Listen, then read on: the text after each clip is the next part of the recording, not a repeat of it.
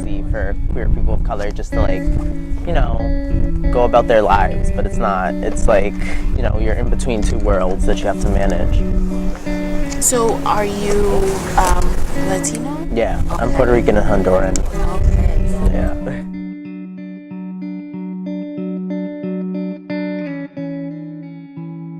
From like a 2019 standpoint, I think being American is more sort of like working through like your own identity in a way, like sort of like. So are you saying American identity is individual? Yeah, like individual identities and having respect for that, but then also like sharing that. So think like, you know how we have the narrative that the US is like a melting pot. Well, I mean, it's kind of hard to say. I feel like America is also like a land of, it's like a land of immigrants, and it's like for a lot of people come from like our first generation like citizens. So it's kind of hard. It's like a mix. It's just a mix of different cultures. Well, I think what makes someone American is just them wanting to be American and living here. I don't think the strict legal requirements that we have these days, I don't think that's what really should define as someone as being American. I wasn't born in this country, but I always defined myself as American even before I got my citizenship because I grew up here. This is the culture I grew up around. Just because I wasn't born here doesn't mean I'm not American.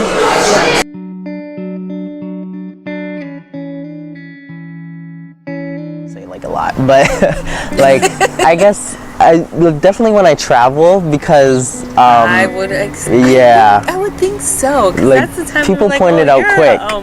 Foreigner. Yeah, they pointed out quick. They're like, oh, you're from the United States, and it's like, yeah, like I've been to I went to Italy this past winter, and it was nice. I mean, like the people were speaking Italian to me, but I'm just like, no, I'm from the U.S. Like, okay, so I know I have to represent my country now. I'm gonna walk around with this US passport, and like when I'm at the foreign like airport, I'm like, here's my American passport. Like, yes, ignore the leader that we have in office right now, but right. I'm American and I have the right to be traveling. To the inauguration of Obama when he was first elected, and it was just really fun. It was just like everybody. I mean, it was cold, but it was like everybody was like on the grass in front of the Washington Monument, and then it was a big concert, and it was just really like, I mean, it was great to be like there for like that moment, for that like very important moment in like American history, but also like black and brown people like around you, like everyone was so like, everyone was having fun, everyone was like talking to each other, like it was just a really like uniting moment. My dad, once we all became citizens, he was really happy.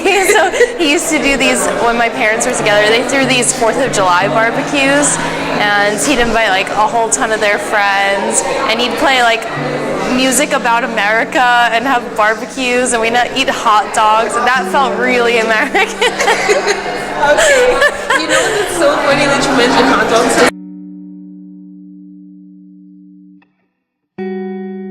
Or even getting pulled over and, you know, it's as if you're getting treated as if you're something that you're not. Mm-hmm. I think that would be a time for me where I feel least American. Mm-hmm. Where it's like, oh wow, I can get respect as a born citizen.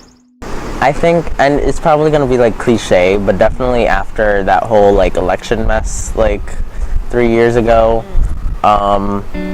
I mean, this is like history, and it's like, what do you mean? That wasn't us. And it's like, no, like I feel least, yeah, that's when I feel like least, I guess in a way, like American, because it's just like, you know, we erase all this white supremacy stuff from our history, but then when it comes back, it's like, oh, like this was there the whole time, and it's just like, this is not aligning with what I view my country. I'm from Washington D.C., so like everybody I knew, like everybody I went to school with was like predominantly black, so I never really had like a lot of experience with like being like a predominantly white space, and like it was definitely something I needed to get used to. But I feel like I learned a lot like being in that situation. Like I feel like I definitely learned a lot about myself being at Purchase. So I mean, I'm glad I did come here. Least American.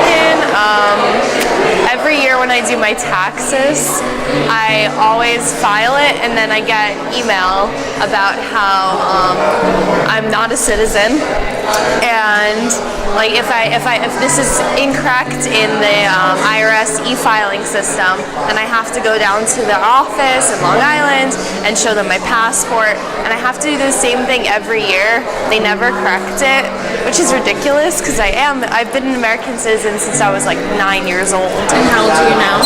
21. Wow. Yeah. So it happens every year when I file my. Yeah, there's a lot of discrimination going on. Thank you, Lauren. Yeah. So if you can.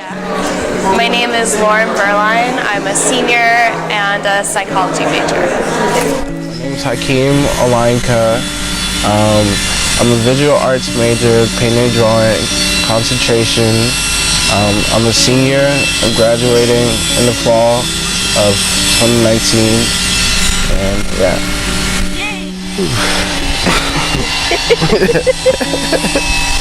I'm Jonathan Torres, and my major is sociology, gender studies, and I'm a senior. I'm graduating next week. Thank you. No problem.